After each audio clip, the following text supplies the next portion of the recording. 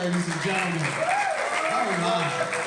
Wow. Welcome. It feels so good to be back here at the Dexter Lake Club. Well, I have now been teaching for 18 years. 16 of them, 16 of them have been in middle school. Thank you very much.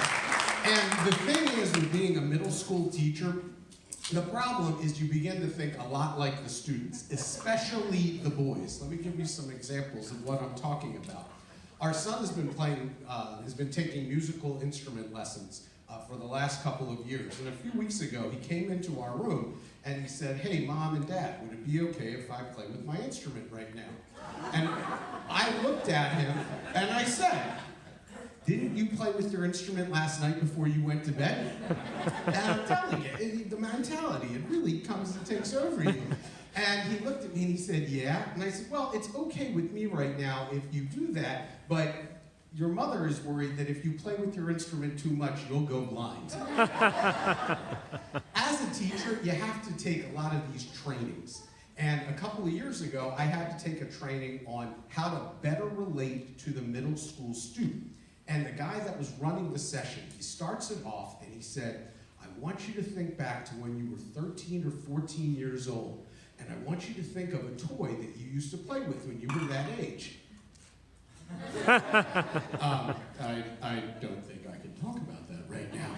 And then he asked, "Did this toy bring you pleasure?" Yeah. Now, this training, as a matter of fact, there happened to be, it was mostly men in the room. At that point, all of the men are just sitting there, kind of heads down, and nobody was willing to make eye contact with one another.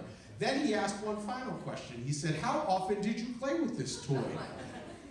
Like, dude, 3 to 4 times a day. That's when I wasn't totally stressed out. Oh my goodness, boys and their toys. Do you remember a few years ago that parents got suckered into buying those fidget spinners because they were conned into thinking that they would help their kids relax? Boys and our toys, those things are the original fidget spinners. I had a student last year, I swear to God, anytime there was a free moment in class, my man would reach for it right in the middle of class. It got so bad that I used to have to do things like, "Okay, boys and girls, I know I'm not a police officer or anything, but let's go, hands where I can see them." And from this student, I learned a couple of things. It was some good teaching moments. The first thing is that I realized maybe I need to come up with more stimulating lessons. And the second thing is maybe this kid's family couldn't afford a fidget spinner. Oh my goodness. And the thing is with kids today too, there are names for everything. You have kids that have attention deficit disorder, they have oppositional defiance disorder. I've come up with my own diagnosis for a lot of these kids. It's called hedus in tuchus. And the thing is too, is that kids, they're just so unpredictable. I'm telling you, oh my goodness, they are so unpredictable. I walked into my classroom last year, and there was a boy that was literally standing there, and he was violating my book carousel. And in case you're not sure what I just said, I walked into the room, and my man was humping the bookshelf right then and there.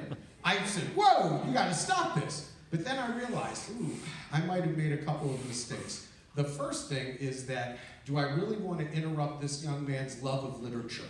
And the second thing is that going forward in the future, what I'm going to do is I created a sign and I put it outside of my room, and it says, "When the bookshelf is a-rockin', don't bother knocking."